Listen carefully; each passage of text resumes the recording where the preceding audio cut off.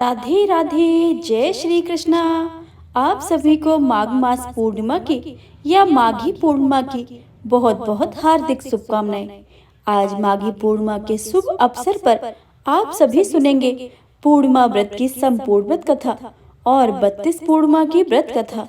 तो आप सभी से अनुरोध है कि इस कथा को भक्ति भाव से और प्रसन्न मन चित्त से पूरा अवश्य सुने और कमेंट बॉक्स में भगवान श्री कृष्ण की जय लिखना बिल्कुल भी मत भूलिएगा।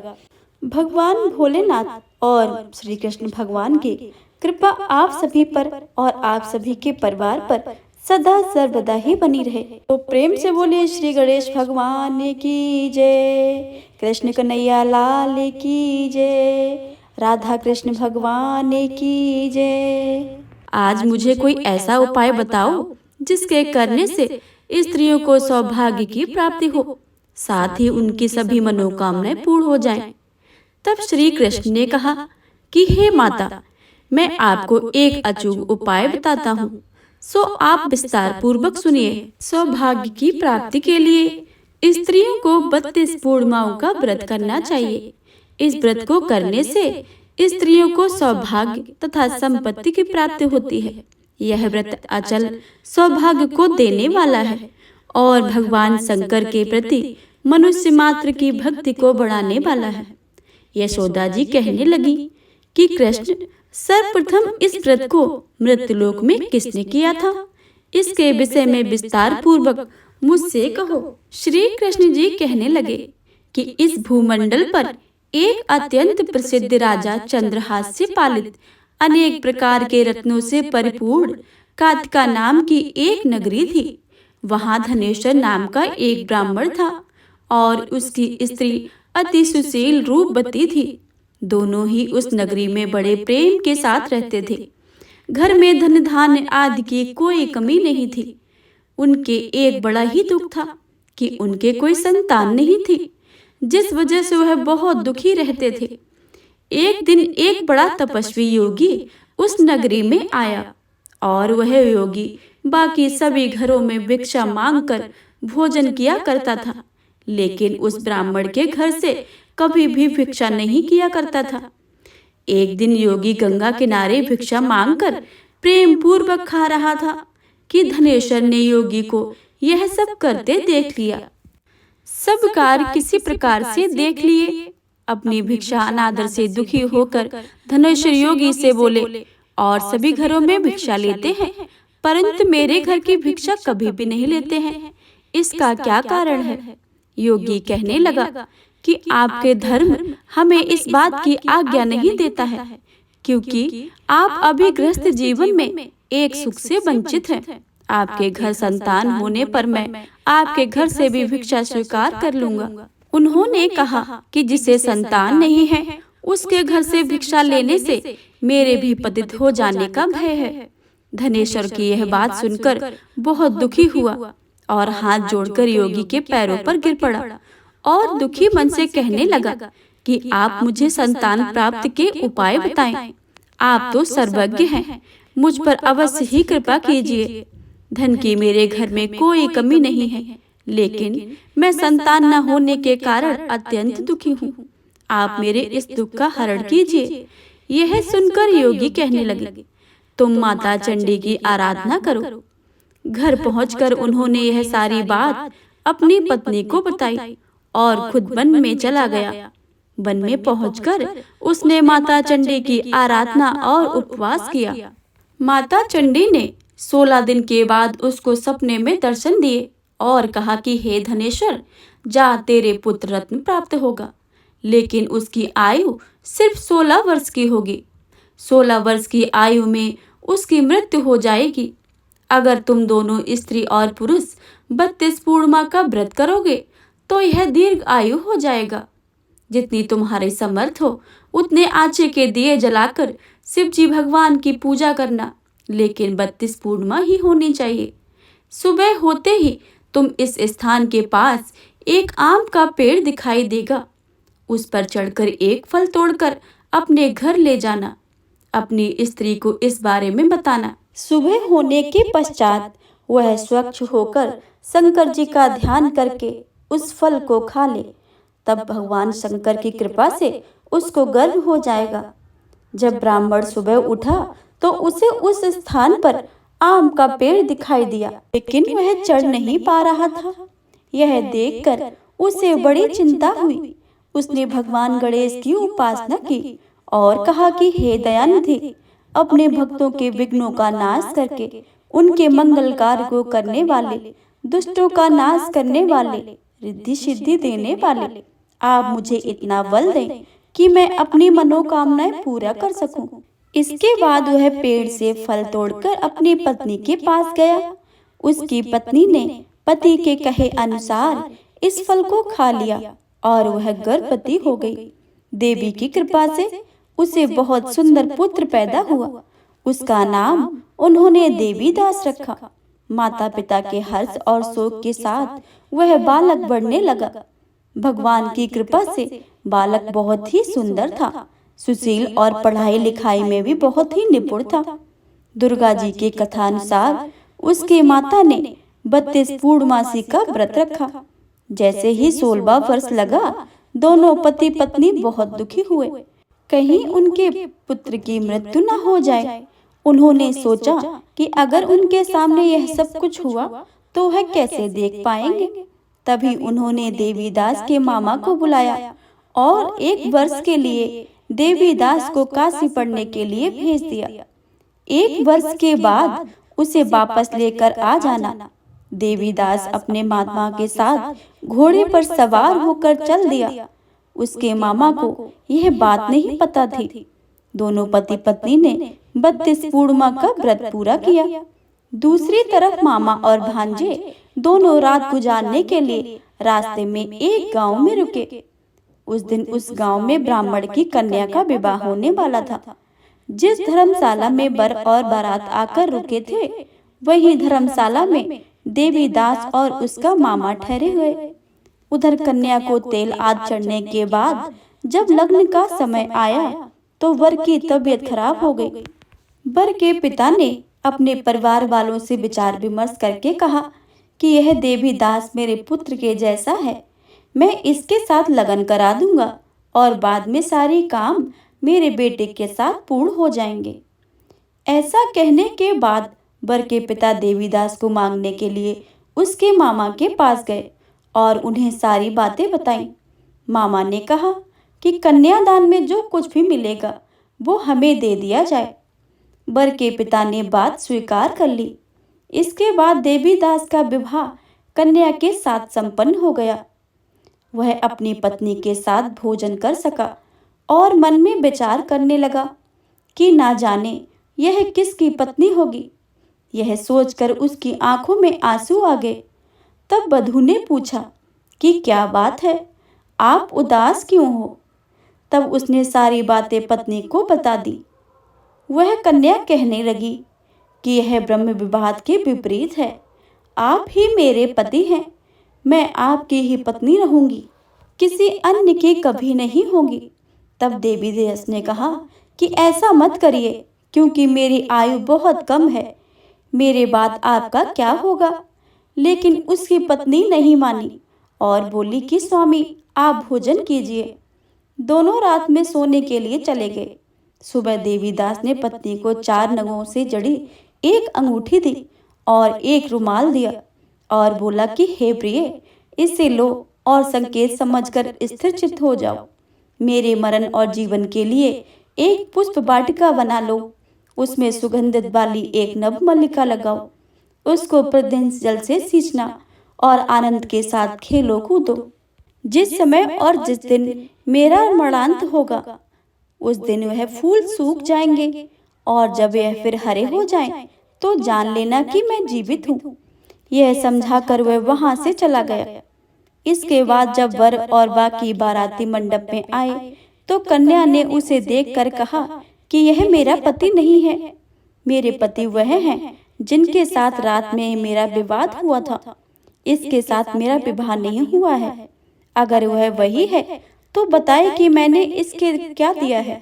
साथ ही कन्यादान के समय को जो मिले थे आभूषण उन्हें भी दिखाए। कन्या की ये सारी बातें सुनकर वह कहने लगे कि मैं सब यह नहीं जानता हूँ। इसके बाद सारी बारात अपमानित होकर वहां से लौट गई। भगवान कृष्ण बोले कि हे माता, इस प्रकार देवीदास काशी चला गया। कुछ समय जब बीत गया तो एक सर्प उसको डसने के लिए आया, लेकिन वह उसको काट नहीं पाया, क्योंकि उसकी माता ने पहले ही 32 पूर्णिमा का व्रत कर लिया था। इसके बाद खुद काल वहां पहुंचा। भगवान की कृपा से तभी वहां माता पार्वती और भगवान गणेश जी आ गए। देवीदास को मूर्छित दशा में देखकर माता पार्वती ने भगवान शिव से प्रार्थना की कि महाराज, इस बालक की माता ने पहले ही 32 पूर्णिमा का व्रत कर लिया है, आप इसके प्राण दे दे। भगवान शिव ने माता पार्वती के कहने पर उसे जीवन दान दे दिया। उधर उसकी पत्नी उसके काल की प्रतीक्षा कर रही थी। उसकी पत्नी ने जाकर देखा कि पुष्प और पत्र दोनों ही नहीं हैं, तो उसको बहुत आश्चर्य हुआ। और जब उसने देखा कि पुष्प वाटिका फिर से हरी हो गई है, तो वह समझ गई है कि उसका पति जिंदा हो गया है। इसके बाद वह बहुत ही प्रसन्न होकर अपने पिता से कहने लगी कि हे पिताजी, मेरे पति जीवित हैं, उनको आप ढूंढिए। जब 16 वर्ष व्यतीत हो गए तो देवीदास भी अपने मामा के साथ काशी के लिए चल दिया। इधर उसकी पत्नी के परिवार वाले उन्हें ढूंढने के लिए जा ही रहे थे कि उन्होंने देखा कि देवीदास और उसके मामा उधर ही आ रहे थे। उसको देखकर उनके ससुर बहुत ही प्रसन्न हुए और उसे अपने घर ले आए। वहां सारे इकट्ठे हो गए और कन्या ने भी उसे पहचान लिया। देवीदास ने इसके बाद अपनी पत्नी और मामा को लेकर वहां से चल दिया। उसके ससुर ने उसे बहुत सारा दान दहेज दिया। जब वह अपने घर की तरफ चल रहा था तो उसके माता पिता को लोगों ने खबर दी कि तुम्हारा पुत्र देवीदास अपनी पत्नी और मामा के साथ आ रहा है। ऐसा समाचार सुनकर पहले तो उन्हें विश्वास ही नहीं हुआ, लेकिन जब देवीदास आया और उसने अपने माता पिता के पैर छुए तो देवीदास के माता पिता ने उनका माथा चूमा और दोनों को अपने सीने से लगा लिया। दोनों के आने की खुशी ने धनेश्वर ने बहुत सी दान दक्षिणा ब्राह्मणों को दी। श्री कृष्ण जी कहने लगे कि इस तरह धनेश्वर को 32 पूर्णिमा व्रत के करने से संतान प्राप्त हुई। जो स्त्रियां इस व्रत को करती हैं वह जन्म जन्मांतरों तक वैधव्य दुख को नहीं भोगती हैं और सदैव सौभाग्यवती रहती हैं। यह मेरा वचन है। यह व्रत संतान देने वाला है और सभी मनोकामनाओं को पूर्ण करने वाला है। तो प्रेम से बोले भगवान भोलेनाथ माता पार्वती की जय, विष्णु भगवान की जय। हे प्रिय भक्तों, अब आप सभी श्रवण करिए विष्णु भगवान का चालीसा तथा विष्णु भगवान की आरती। विष्णु सुनिए विनय सेवक की चितलाए, कीरत कुछ वर्णन करूं दीजे गान बताए। नमो विष्णु भगवान खरारी, कष्ट नसावन अखिल बिहारी। प्रबल जगत में शक्ति तुम्हारी, त्रिभुवन फैल रही उजियारी। सुंदर रूप मनोहर सूरत, सरल स्वभाव मोहनी मूरत। तन पर पीतांबर अति सोहत, बैजंती माला मन मोहत। शंख चक्र कर गदा बिराजे, देखत दैत्य असुर दल भाजे। सत्य धर्म मद लोभ न गाजे, काम क्रोध मद लोभ न छाजे। संत भक्त सज्जन मन रंजन, धनुज असुर दुष्टन दल गंजन। सुख उपजाए कष्ट सब भंजन, दोष मिटाए करत जन संचन। पाप काट भव सिंध उतारण, कष्ट नाश कर भक्त उबारण। करत अनेक रूप प्रभु धारण, केवल आप भक्ति के कारण। धरई धेनु बन तुम्हें पुकारा, तब तुम रूप राम को धारा। भार उतारे असुल दर मारा, रावण आदक को संघारा। आप 12 रूप बनाया, हरणाक्ष को मार गिराया। धर्म तस्य तन सिंधु बनाया, 14 रत्नन को निकलाया। अभिनख असुर चंद मचाया, रूप मोहनी आप दिखाया। देवन को अमृत पान कराया, असुरन को छवि से बहलाया। कर में रूप धर सिंधु मझाया, मंद्राचल गिर तुरत उठाया। शंकर का तुम फंद छुड़ाया, भस्मासुर का रूप दिखाया। वेदन को जब असुर डुबाया, कर प्रबंध उन्हें ढूंढवाया। मोहित बन कर खल ही नचाया, उस कर भस्म तुमने करवाया। असुर जलंधर अति बलिदाई, शंकर से उनकी न लड़ाई। हार पार शिव सकल बनाई, कीन सती से छल खल जाई। सुमरन कीने तुम शिवरानी, बतलाई सब विपत्ति कहानी। तुम तब बने मनीश्वर गानी, वृंदा की सब सुरत भुलानी। देखत तीज धनुज सैतानी, वृंदा आए तुम्हें लिपटानी। हो इस पर से धर्म क्षतिमानी, हना असुर उर शिव सैतानी। तुमने ध्रुव प्रहलाद उबारे, हिरणाकुश आदिक खल मारे। गणिका और अजामिल तारे, बहुत भक्त भव सिंध उतारे। हरहु सकल संताप हमारे, कृपा करो हरि सिरजनहारे। देखो मैं निज दरस तुम्हारे, दीन बंधु भक्त हितकारे। चाहत आपका सेवक दर्शन, करहूँ दहा अपनी मधुसूदन। जानू नहीं योग्य जप पूजन, होए यज्ञ स्तुति अनुमोदन। शील दया संतोष सुलक्षण, विदित नहीं बत बोध विलक्षण। करहूँ आपका किस विधि पूजन, कुमति बिलोक होत दुख भीषण। करहूँ प्रणाम कौन विधि सुमिरन, कौन भांति में करहूँ समर्पण। सुर मुनि करते सदा सेवकाई, हर्षित रहते परम गति पाई। दीन दुखिन पर सदा सहाई, निज जन जान लेब अपनाई। पाप दोष संताप नसाओ, भव बंधन से मुक्त कराओ। सुख संपत्ति दे सुख उपजाओ, निज चरणन को दास बनाओ। निगम सदा ये बिनय सुनावे, पढ़े सुने जो जन सुख पावे।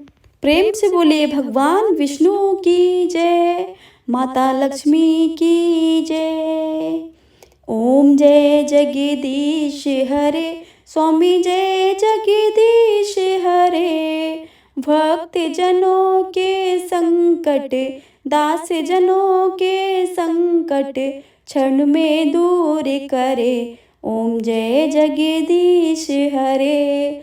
जो ध्यावे फल पावे, दुख बिन से मन का। सुख संपत्ति घरे आवे, कष्ट मिटे तन का। ओम जय जगदीश।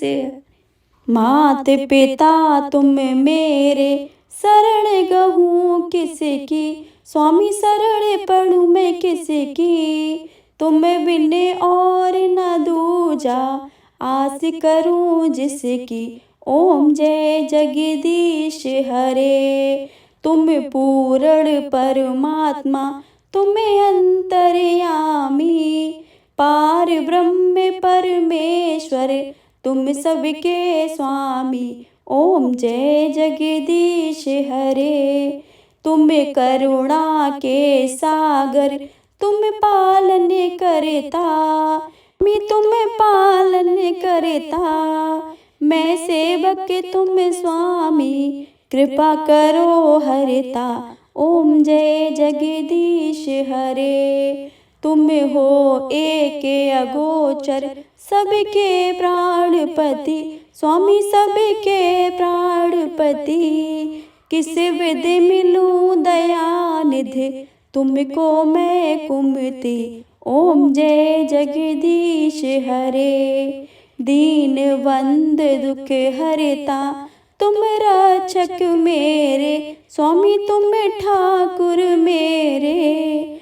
अपने हाथ उठाओ, अपनी शरण लगाओ, द्वार पड़ा मैं तेरे, ओम जय जगदीश हरे। विषय विकार मिटाओ, पाप हरो देवा, स्वामी पाप हरो देवा। श्रद्धा भक्ति बढ़ाओ, बल और बुद्धि बढ़ाओ, संतन की सेवा, ओम जय जगदीश हरे। तन मन धन सब है तेरा, स्वामी सब कुछ है तेरा। तेरा तुझको अर्पण, तेरा तुझको समर्पण, क्या लागे मेरा, ओम जय जगदीश हरे, ओम जय जगदीश हरे। स्वामी जय जगदीश हरे, स्वामी जय दीनानाथ हरे। भक्त जनों के संकट क्षण में दूर करे, ओम जय जगदीश हरे, ओम जय जगदीश हरे। प्रेम से बोले विष्णु भगवान की। कमेंट बॉक्स में भगवान विष्णु और